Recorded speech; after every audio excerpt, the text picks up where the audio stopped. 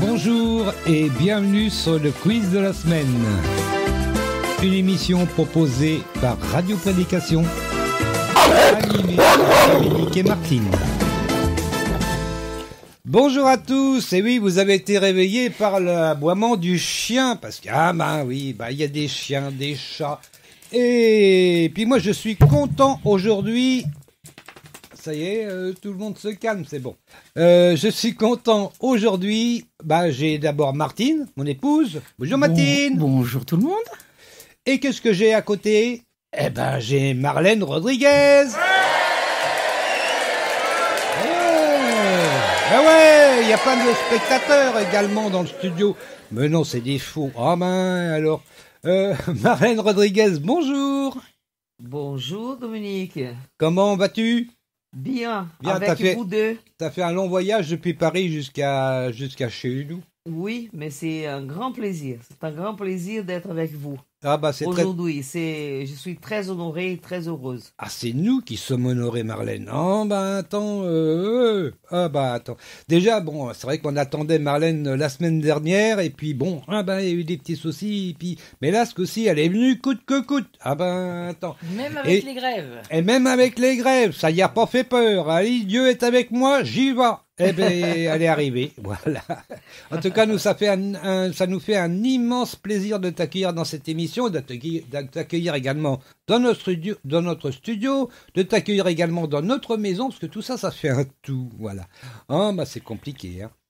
Je remercie également les auditeurs qui nous écoutent actuellement sur Radio Prédication. Et puis j'espère que vous n'hésitez pas à faire connaître Radio Prédication. N'hésitez pas à faire connaître l'émission, le quiz de la semaine. Oui, c'est important quand même. Et puis, quant à nous, on va s'attaquer bien sûr à Daniel. Daniel, on en est au 8e chapitre, oui, 2e partie.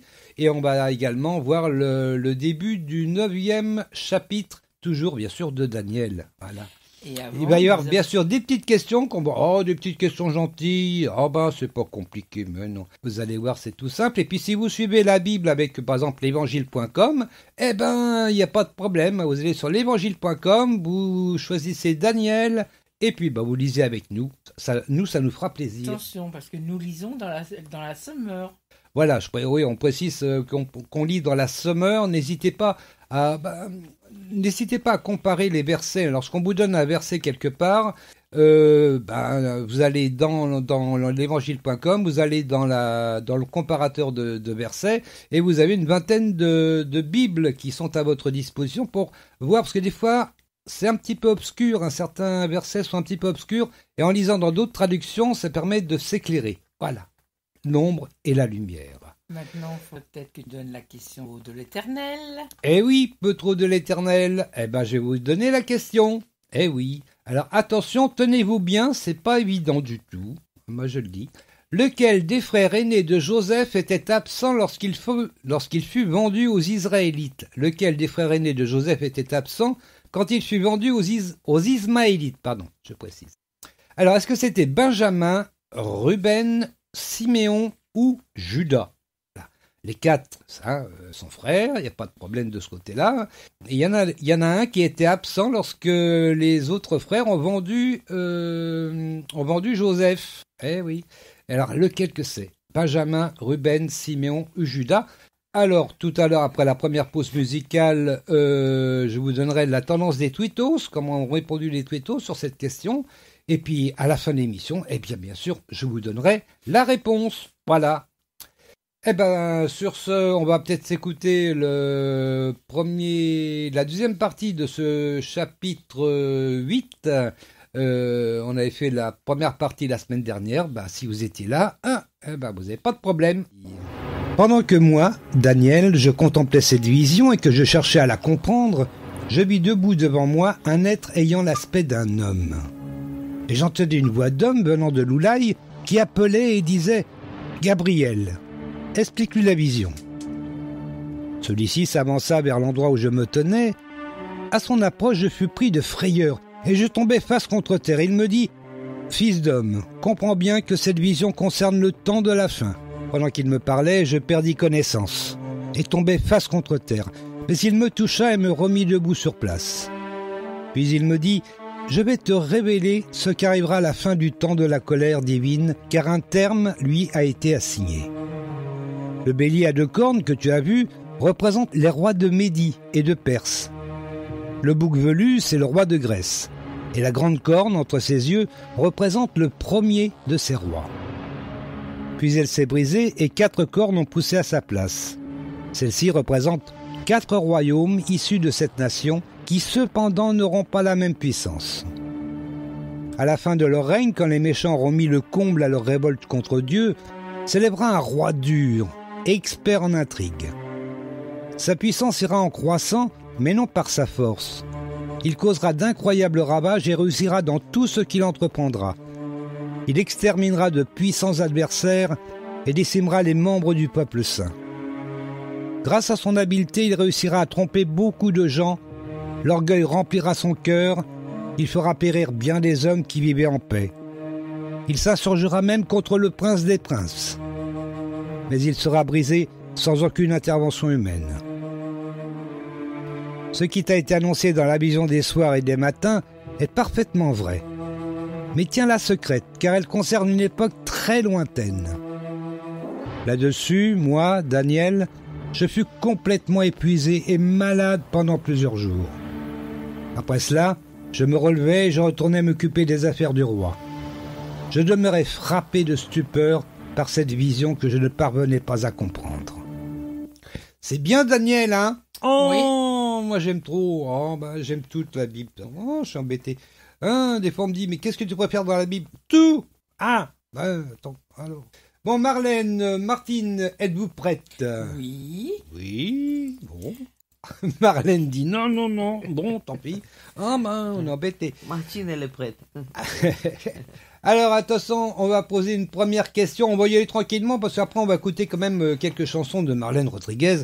Et pas les... Elles sont toutes bien aussi, c'est comme la Bible. On est embêté, hein. Mais bon, là, j'ai demandé à Marlène de choisir comme ça. C'est pas mon problème. Voilà.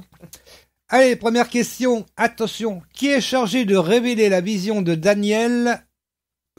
Tout simplement, qui est chargé de révéler la vision de Daniel? Est-ce que c'est Gabriel, Michel ou Raphaël? Raphaël, rien à voir ça. Qui est chargé de révéler la vision de Daniel? Gabriel, Michel ou Raphaël? Allez, on se met un petit 10 secondes pour bien réfléchir parce que bon...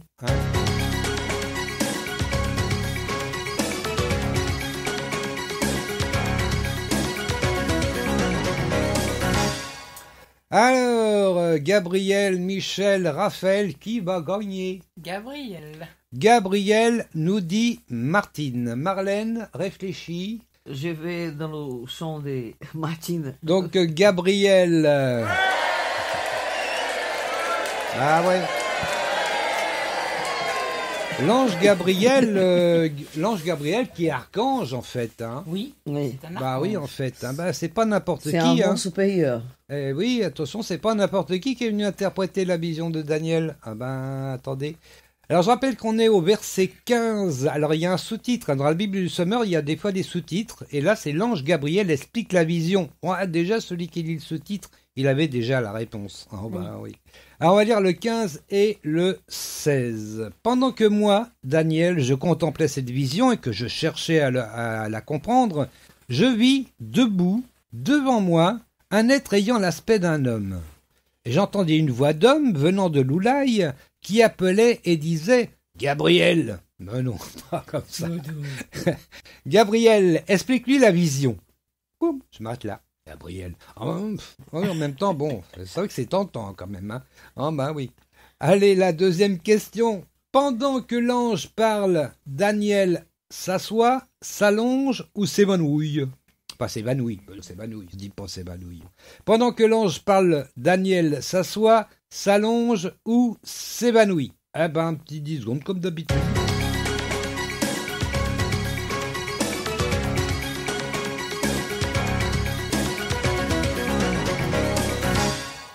Il s'évanouit. Il s'évanouit. Tout de même. C'est d'accord, Marlène? Oui. Oh oui, hein. Sinon il aurait pu s'allonger aussi. Oui, mais non. Il est tombé par terre. Non, il n'avait pas envie. Là, il est tombé par terre, carrément. C'est ça? Oui. Ouais. Alors, donc, ça c'est au verset 18. Donc, on en est au 17. 16. Au 16, on va attaquer le 17. Alors, celui-ci s'avança vers l'endroit où je me tenais. À son approche, je fus pris de frayeur et je tombai face contre terre. Il me dit, « Fils d'homme, comprends bien cette vision. » je reprends. « Fils d'homme, comprends bien que cette vision concerne le temps de la fin. » Est-ce qu'on est au temps de la fin, Marlène? Je pense, hein. Il y a beaucoup de prophéties qui parlent. Ouais, et puis moi, je sais pas. De la fin. Bon, on va voir tout à l'heure, mais quand je lis, moi, je dirais pas ce que je pense vraiment parce que. Bon, Non, sinon il y a la tapette. Sinon, il y a la tapette. Ah non, pas la tapette, pas la tapette. Mais bon, moi, je trouve qu'on est quand même pas loin, hein, en tout cas. Pendant qu'il me parlait, je perdis connaissance et tombai face contre terre, mais il me toucha et me remit sur place. Voilà. Debout sur place. Debout sur place. Oui, il perdit connaissance. Moi, j'ai dit on s'évanouit, mais bon, c'est pareil. Voilà. Eh ben, on va passer à la troisième question, pardon. Ah, qui est le bouc velu? Qui est le bouc velu? Est-ce que c'est le roi d'Espagne, le roi de Grèce ou le roi du Maroc? Allez, 10 secondes comme d'habitude.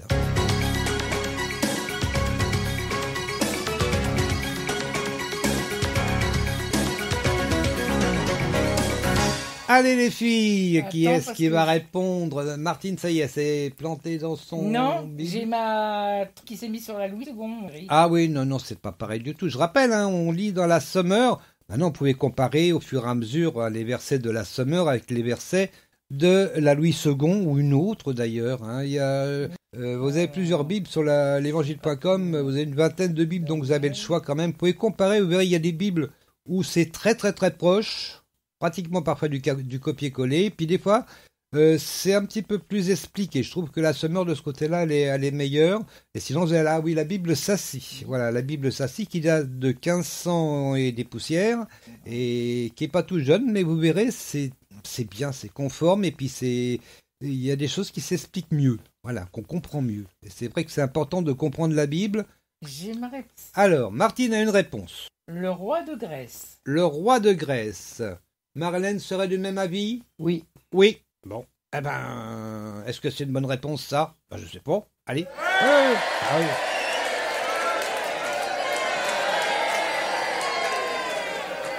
Et puis en même temps, le roi d'Espagne et le roi du Maroc à l'époque, je suis pas sûr que ça existait vraiment en fait du tout. Hein. Non, je crois pas non plus. Je veux pas pas dire de bêtises, mais bon. Mais il y avait un roi en Grèce en tout cas. Il y en a plus de roi en Grèce maintenant. Non. Non. Tant pis. Voilà, le roi de Grèce. Alors on va dire ça. Donc c'est à quel verset? Donc c'est au verset 21. On en est 19. Ça va aller. Puis il me dit, je vais te révéler ce qui arrivera à la fin du temps de la colère divine, car un terme lui a été assigné. Le bélier à 2 cornes que tu as vu représente les rois de Médie et de Perse. Le bouc velu, c'est le roi de Grèce, et la grande corne entre ses yeux représente le premier de ses rois. Voilà. Ah oui, il y a plein de cornes sur la bébête. C'est comme ça. Mais comme vous le voyez, c'est pour ça que souvent on explique pas très bien l'Apocalypse. Alors, qui serait capable de l'expliquer? Je ne sais pas. Mais c'est vrai que on est là, au moins, on a une interprétation. Attends, pas n'importe qui, Gabriel quand même. Quand même. L'explication de Gabriel. Et on voit que il parle de choses de l'époque, mais il parle aussi des choses d'aujourd'hui. On va le voir d'ailleurs après. Faut être patient. Alors. Alors, on en est donc c'était la 3e question. Non, on arrive à la 4e question. Oui, 4e. Qu'est-ce qui va remplir le cœur du roi? Qu'est-ce qui va remplir le cœur du roi? La timidité, l'orgueil ou la méchanceté? Qu'est-ce qui va remplir le cœur du roi? La timidité, l'orgueil ou la méchanceté? 10 secondes.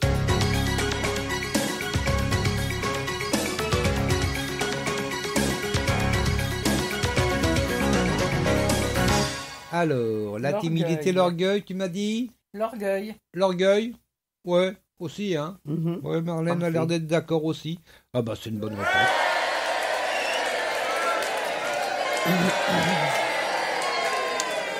Et je vais vous dire, entre l'orgueil et la méchanceté, ce que Dieu déteste le plus, c'est l'orgueil. N'oubliez pas que Satan a été rejeté du paradis. Pourquoi? Parce qu'il était orgueilleux. Et en plus, il est surtout orgueilleux. C'est de l'orgueil qui a jeté